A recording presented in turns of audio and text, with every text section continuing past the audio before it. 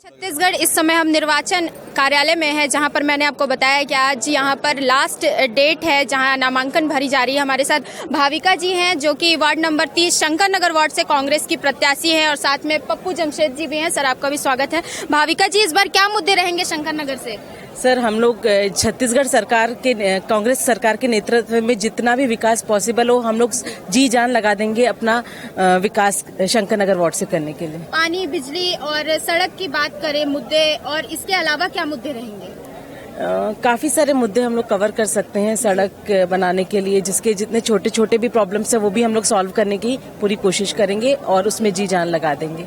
आम लोगों से जब आप मिलती हैं शंकर नगर में वार्ड के, वहाँ क्या देखने को मिलता है? क्या रुख चल रहा है अभी तो थोड़ा सा है। अभी जो कांग्रेस सरकार आएगी 100% अपना देगी। जो भी छोटे रास्तों का जो प्रॉब्लम है, स्ट्रीट डॉग्स वहाँ पे बहुत है जो कि बहुत परेशान करते हैं, आए दिन वहाँ पे प्रॉब्लम जाता है इसका, तो उसके लिए भी हम लोग कुछ निवारण के बारे में जरूर सोचेंगे। शंकर नगर एक बहुत बड़ा वार्ड है, ऐसा कहें तो बड़े वार्डों में आता है, उस पर आपका क्या कहना है कि किस तरह से पूरा कवर होगा? बस हम लोग सब साथ में, हम लोग के सब समाज, हमारा सब, हम लोग सब साथ में मिलकर ही ये सब 30 वर्षों से हम लोग वहीं रह रहे हैं, वहीं के रहवासी है, तो 100% हम अपना एफर्ट पूरा देंगे।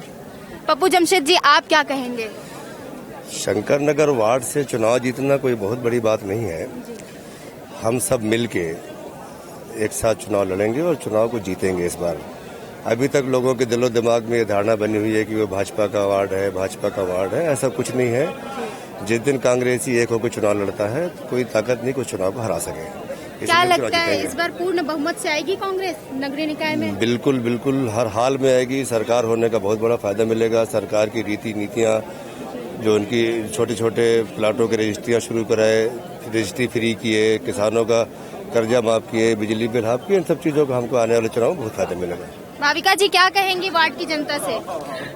आप सबसे अनुरोध है कि आप हमेशा सपोर्ट करें हमें और हमें विजयी बनाएं कांग्रेस सरकार को, और हम लोग पूरा अपना 100% योगदान इस कार्य के लिए देंगे।